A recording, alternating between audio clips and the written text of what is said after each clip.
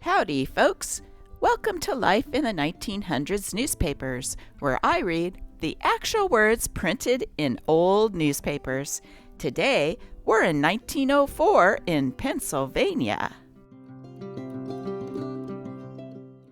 Today's newspaper is entitled The Star and Sentinel from Gettysburg, Pennsylvania, dated Wednesday morning, June 29th, 1904.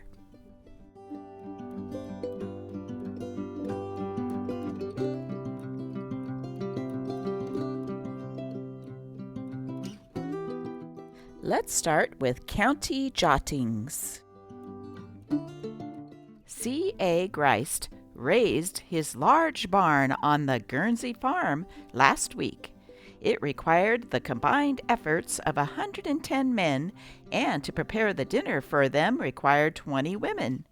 15 chickens were consumed, and also the fatted steer, besides plenty of everything that goes to make a good dinner.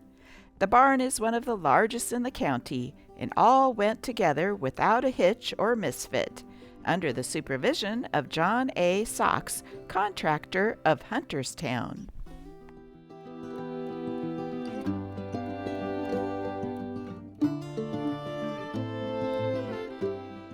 Cannot occupy private lands. 2 recent decisions of the Superior Court have cleared up the law with reference to the rights of telephone and telegraph companies. Neither of these classes of corporation possess the right of eminent domain, and neither can occupy private land without the consent of the owner. They may string wires along the roadside in the open country, but in such cases the owner of the abutting property can recover compensation.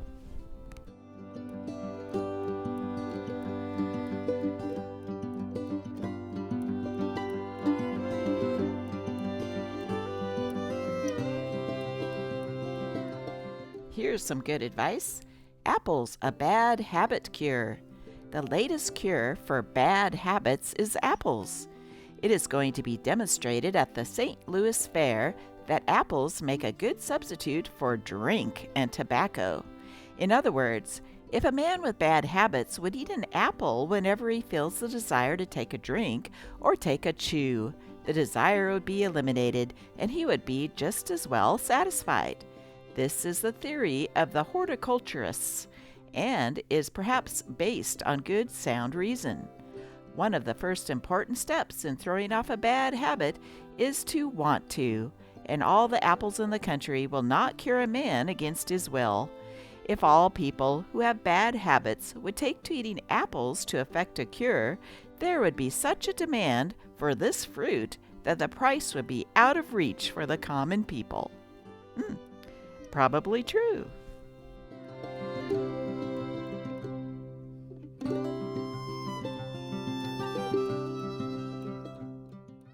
The Keystone Electric Light, Heat and Power Company, under the supervision of the very efficient General Manager T.P. Turner, are pushing the work of installing the new light system, and in a few days, our town will be beaming with electricity, the like of which we have never had.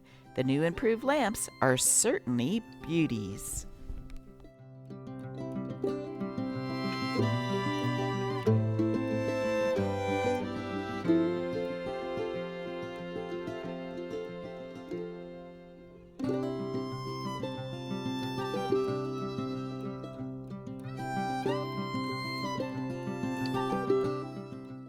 Wild time on excursion train.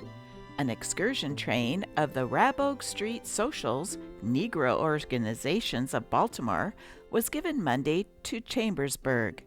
There were 650 on the train, and the firing of pistols and the brandishing of razors and pocket knives and free fighting are alleged to have been features of the return trip over the western Maryland. Conductor John T. Johnson said it was the worst crowd he ever had. They were drinking, and when a fight was started, it seemed like everybody wanted to get into it. Even the women were firing pistols. They used their fists razors, knives, canes, and anything they could get a hold of, and it didn't seem to make any difference who they hit.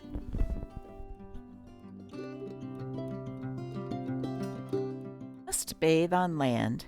The aldermen of Melrose, which is a suburb of Boston, are wondering how they ever came to pass an ordinance forbidding bathing in the city except on land.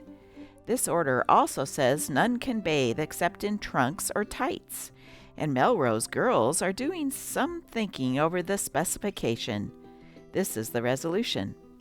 Resolved that no person shall swim or bathe in any of the waters surrounding or within the city, except that portion of land at Ely Pond, known as the Point, and no person shall be allowed to bathe except those wearing trunks or tights.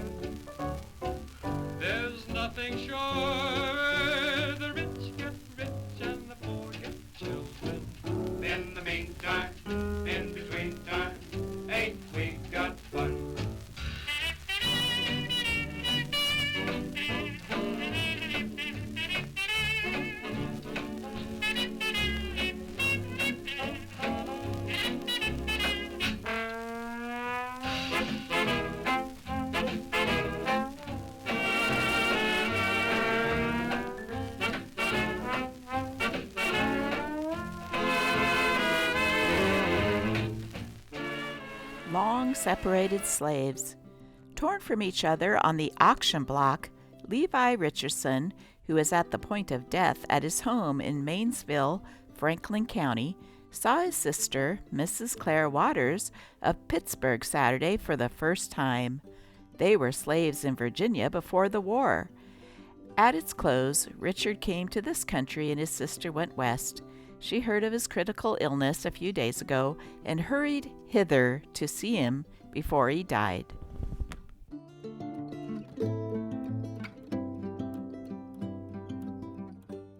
Mr. George A. Hughes says, "I feel as good as I did at 20. Purina has done me more good than anything I have ever taken. I am now 45 years old, and I feel as good as I did at 20. I was very thin and run down, but Purina acted just right in my case. I am a carpenter and sometimes need a tonic. Purina is the best medicine for a poor man." Born with 8 teeth. At Wilkes-Barre, a girl baby born at the city hospital June 6th brought into the world with her 8 perfect little teeth, 4 upper and 4 lower front ones. She is the daughter of Theodore B. Soule, a machinist. The youngster weighs 7 pounds when born and is gaining rapidly. The hospital physicians say the case is unusual.